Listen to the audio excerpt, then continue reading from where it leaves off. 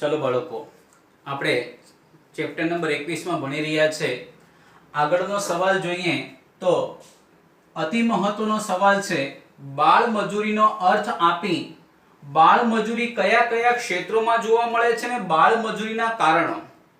બાળકો તમે બોર્ડનું કોઈ પણ વર્ષનું પેપર જુઓ એમાં બાળ મજૂરીનો મુદ્દો એકાદ હોય અને હોય જ છે, ખ્યાલ આવ્યો। અને એટલા માટે બાળકો આ તમે જે હમણાં સવાલ જોઈ રહ્યા છો એમાં પાછા 2 માર્ક્સના બે સવાલો છે જે અલગ અલગ છે।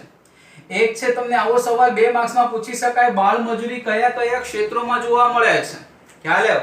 અને બીજો સવાલ 2 માર્ક્સમાં પૂછી શકાય બાળ મજૂરી પાછળના મુખ્ય કયા કારણો જવાબદાર છે, ખ્યાલ આવ્યો। તો બાળકો ઓલ ઓવર તમે 3 સવાલ ભણી રહ્યા છો પણ એક જ સવાલમાં આપણે આ ક્લિયર કરીશું। તો પહેલા બાળકો બાળ મજૂરી એટલે શું? તો બાળકો એનો અર્થ લખવાનો 14 વર્ષથી નાની ઉંમરના બાળ શ્રમિકોને બાળ મજૂર કહે છે। શું લખશો બાળકો? 14 વર્ષથી નાની ઉંમરના બાળ શ્રમિકોને બાળ મજૂરી કે બાળ શ્રમિકો કહે છે કે બાળ મજૂરો કહે છે। આવડશે? ફરી એક વખત બાળકો બાળ મજૂરીનો અર્થ શું આવે? 14 વર્ષથી નાની ઉંમરના બાળ શ્રમિકોને બાળ મજૂરો કહે છે, ખ્યાલ આવ્યો? આ આનો અર્થ છે બાળકો। ત્યાર પછી યુનિસેફના અહેવાલ મુજબ બાળકો આ પણ ખૂબ મહત્વનો છે કારણ કે તમે જેટલા ચેપ્ટર ભણશો બાળકો, ખ્યાલ આવ્યો, 15 થી 21 એમાં એક વિશ્વ બેંકનો અહેવાલ આવશે, યુનિસેફનો અહેવાલ આવશે, ખ્યાલ આવ્યો। ત્યાર પછી બાળકો યુનેસ્કોનો મુદ્દો આવશે, સૌથી વધારે આવતો હોય તો યુએન એ આપેલા અહેવાલ મુજબ સંયુક્ત રાષ્ટ્ર, પણ યુનિસેફ બાળકો એક જ વખત આવે છે અને એ આવે છે બાળકો બાળ મજૂરીનો। તો તમને એવો સવાલ પૂછીશ બાળકો, એવો સવાલ પૂછવામાં આવે કે બાળ શ્રમિકોની બાબતનો અહેવાલ કોણે આપેલો છે? તો યુનિસેફે, ખ્યાલ આવ્યો? તો બાળકો યુનિસેફના અહેવાલ મુજબ સંગઠિત અને અસંગઠિત ક્ષેત્રે કામ કરતા બાળ શ્રમિકોની સંખ્યા કુલ વસ્તીના પ્રમાણમાં વિશ્વમાં સૌથી વધુ ભારતમાં છે। બાળકો વિકલ્પમાં બાળકો પૂછાઈ ગયેલો સવાલ કે વિશ્વમાં સૌથી વધારે બાળ શ્રમિકો કે બાળ મજૂરો કયા દેશમાં પ્રવર્તે છે? સવાલ શું પૂછાયો છે? વિશ્વમાં સૌથી વધારે બાળ મજૂરો કે બાળ શ્રમિકોની સંખ્યા કયા દેશમાં પ્રવર્તે છે? તો બાળકો ભારતમાં। અને તમે જુઓ છો બાળકો કે આજે જ્યારે તમે બાળકો ઘરેથી બહાર નીકળો છો સ્કૂલે આવવા માટે, ફરવા માટે, તો તમારી નજરમાં કેટલાય બાળકો એવા છે જે તમારી ઉંમરના છે અને એ લોકો સ્કૂલે જવાને, શાળાએ જવાને બદલે બાળકો બાળ મજૂરીના કામમાં રોકાયા છે। બાંધકામ ક્ષેત્રમાં, કેટલાક ક્ષેત્રોમાં બાળકો તમે જોવા એવા બાળ મજૂરીને જોયા હશે। એવા જ ક્ષેત્રોની આપણે હમણાં વાત કરવાની છે, ખ્યાલ આવ્યો? તો બાળકો વિશ્વમાં સૌથી વધારે બાળ મજૂરો કયા દેશમાં છે? ભારતમાં।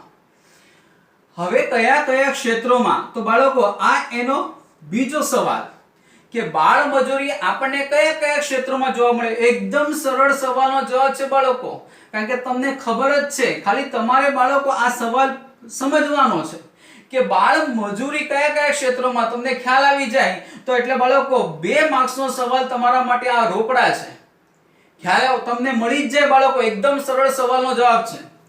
ભારતીય અર્થતંત્રમાં એટલે ભારતીય અર્થતંત્રમાં બધા જ ક્ષેત્રોમાં, પછી બાળકો બધા ક્ષેત્ર એટલે પ્રાથમિક ક્ષેત્ર, માધ્યમિક ક્ષેત્ર અને સેવા ક્ષેત્ર, આ ત્રણે ત્રણ, ખ્યાલ આવ્યો?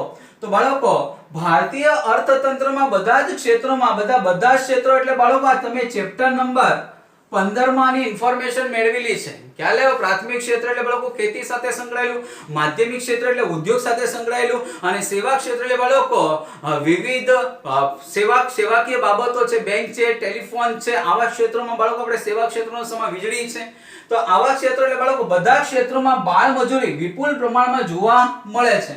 એટલે બાળકો ભારતીય અર્થતંત્ર કોઈ સ્પેશિયલી એક ક્ષેત્ર નથી કે બાળકોને સૌથી વધારે બાળ મજૂરો જોવા મળે। દરેક ક્ષેત્રમાં પ્રાથમિક, માધ્યમિક અને સેવા ક્ષેત્રમાં વધતા ઓછા પ્રમાણમાં બાળ મજૂરીનું પ્રમાણ જોવા મળે છે। ફેક્ટરીઓ, હવે બાળકો જોજો કયા કયા ક્ષેત્રો? તો ફેક્ટરીઓ, કારખાના, કંપની, ખ્યાલ આવ્યો? ફેક્ટરીઓ, કારખાના, કંપનીઓમાં તમે જોયું હશે બાળકો કે પુઠ્ઠાના પેકિંગ થી માંડીને બાળકો સાફ સફાઈના કામોમાં આજે બાળકોને આ કામ કરતા જોવા મળે છે। બાંધકામના ક્ષેત્રોમાં હા બાળકો તમે જોયું હશે તો ઈંટ અને રેતી બાળકો ઉપર ચડાવતા હશે, બબે 3-3 માળ સુધી બાળકો બાંધકામના ક્ષેત્રોમાં બાળકો તમારે ખાલી આ નામ લખવાના છે.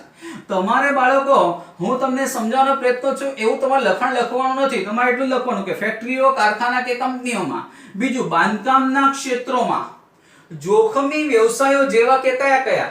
ફટાકડાના વ્યવસાયમાં હા બાળકો ફટાકડાની કંપનીઓમાં પણ બાળ મજૂરો તમને જોવા મળે છે. કે ઈંટોના ભઠ્ઠામાં, કારણ કે બાળકો જે માટી હોય એ માટીને બાળકો ચૂંધવા માટે છે ને આ બાળકોનો ઉપયોગ થાય છે. સાથે સાથે બાળકો એને ભઠ્ઠીમાં ગરમ કરવા માટે આ બાળકો બાળકોને કેમ? કારણ કે બાળકો બાળક છે ને એ શ્રમનું સૌથી સસ્તામાં સસ્તું સાધન છે. ખ્યાલ? એ પુખ્ત વયના વ્યક્તિને બાળકો જો નોકરી પર રાખીએ ને તો બાળકોને 400 રૂપિયા આપવા પડે. જ્યારે એ જ કામ કરવા માટે કોઈ નાના બાળકને રાખવામાં આવે ને તો બાળકો 100 રૂપિયા આપવા પડે. એટલા માટે માલિકો પુખ્ત વયના વ્યક્તિને રાખવાને બદલે બાળકોને રાખે છે, કારણ કે માલિકને બાળકો પૈસા કેવા ચૂકવવા પડે? ઓછા. અને એટલા માટે બાળકોને બાળ મજૂરીમાં વધારે જોવા મળે છે. તો બાળકો ઈંટોના ભઠ્ઠામાં, કૃષિ ક્ષેત્રે, બાળકો ખેતી ક્ષેત્રે પણ જોવા મળે. પછી તમને અહીંયા કીધું છે ખેતી ક્ષેત્રમાં ક્યાં ક્યાં? તો કૃષિ ક્ષેત્રે ખેત મજૂરો, બીજું પશુપાલન અને ત્રીજું મત્સ્ય ઉદ્યોગ. ખ્યાલ આવ્યો? આ બધું પ્રાથમિક ક્ષેત્ર છે બાળકો. તો કૃષિ ક્ષેત્રે તમે જો બાળકો ખેત મજૂર તરીકે બાળકો જોવા મળે છે પશુપાલનના વ્યવસાયોમાં કે પછી મત્સ્ય ઉદ્યોગો. ઉપરાંત સેવા ક્ષેત્રોમાં ઘર નોકર તરીકે, ચાના લારી અને ગલ્લા પર બાળકો સવિશેષ જોવા મળતો આ મુદ્દો છે કે ચાની લારી અને ગલ્લા પર. તો કારણ કે બાળકો ઓલા કેટલી લઈને એ નાનો બાળક 3-3, 4-4 માળ સુધી બાળકો ચાનું વિતરણ કરવા જતો હોય છે. અને એટલા માટે તમે અવારનવાર જોયું હશે કે ચાના લારી અને ગલ્લા પર, હોટલો કે ઢાબામાં સાફ સફાઈના કામોમાં, વાસણ માંજવા માટે, ત્યાર પછી ગેરેજોમાં લારી ખેંચવી, અખબારોના વેચાણમાં, આવા કેટલાય ક્ષેત્રોમાં બાળકો આપણને બાળ મજૂરો જોવા મળે છે. જ્યારે 2 માર્ક્સનો સવાલ પૂછાય ને બાળકો તો તમારે મિનિમમ 6 મુદ્દા લખવા પડે. 6 મુદ્દા એટલે સર કેવા 6 મુદ્દા? તો ફેક્ટરીઓમાં, બાંધકામ ક્ષેત્રોમાં આ 1 મુદ્દો, આ 2 મુદ્દો, આવા બાળકો ટોટલ તમારે 6 મુદ્દા લખવાના રહેશે જ 2 માર્ક્સના સવાલમાં. ખ્યાલ આવ્યો?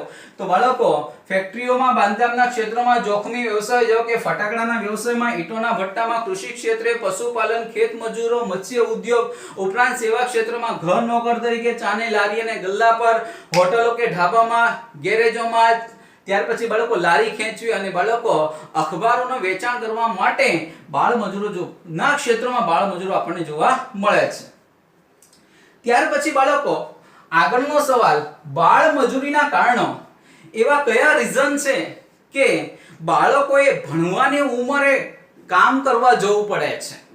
ખ્યાલ આવ્યો? એઝ અ વિદ્યાર્થી તરીકે બાળકો તમે હમણાં અભ્યાસ કરી રહ્યા છો તો તમે બહુ લકી કહેવાઓ.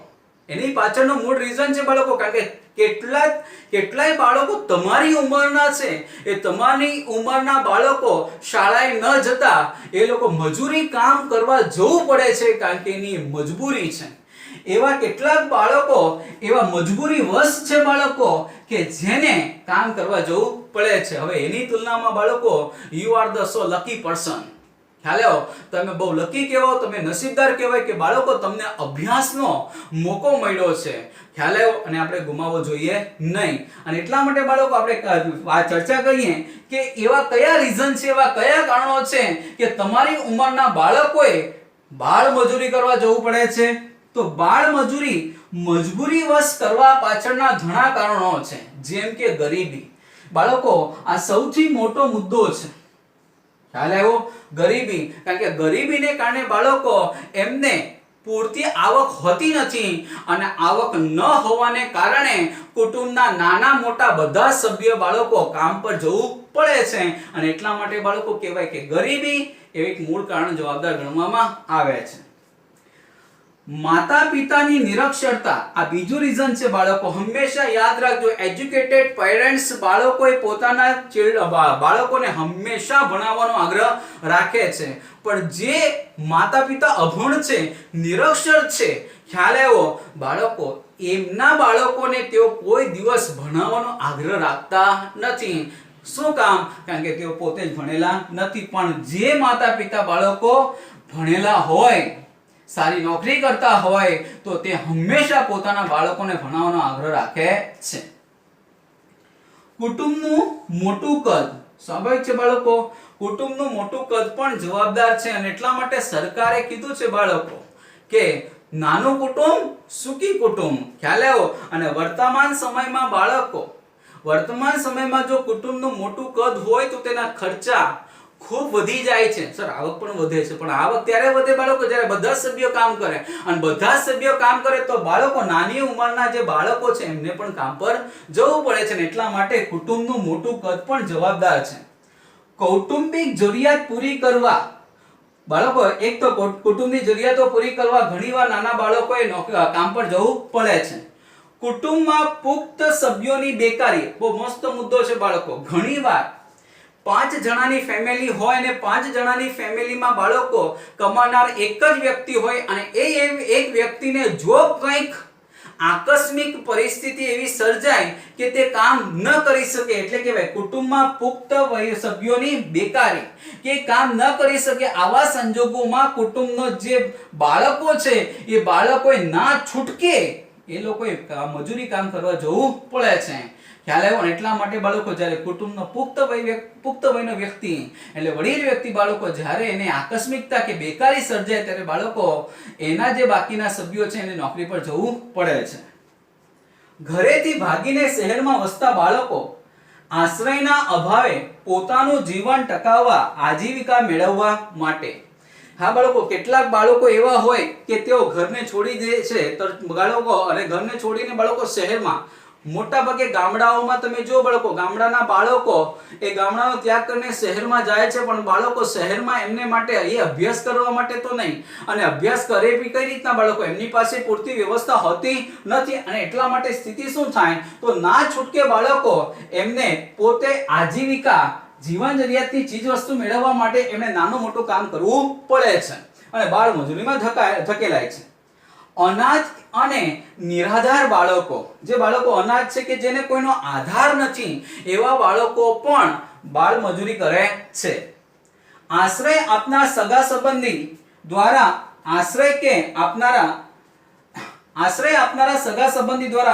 કે આપનારાઓ દ્વારા અપાતા આશ્રય કે ભોજન આપવાના બદલામાં, કેટલાક સગા સંબંધીઓ દ્વારા બાળકો, સગા સંબંધીઓ દ્વારા આશ્રય આપવામાં આવે છે. અને એ આશ્રય આપવાના બદલામાં તેઓ આપણને આશ્રય આપવાના બદલામાં કે ભોજન આપવાના બદલામાં ઘણીવાર બાળકો આપણે કામ કરવું પડે છે. એ કામ બાળકો આપણે બાળ મજૂરીમાં આપણે ધકેલા જતા હોય છે.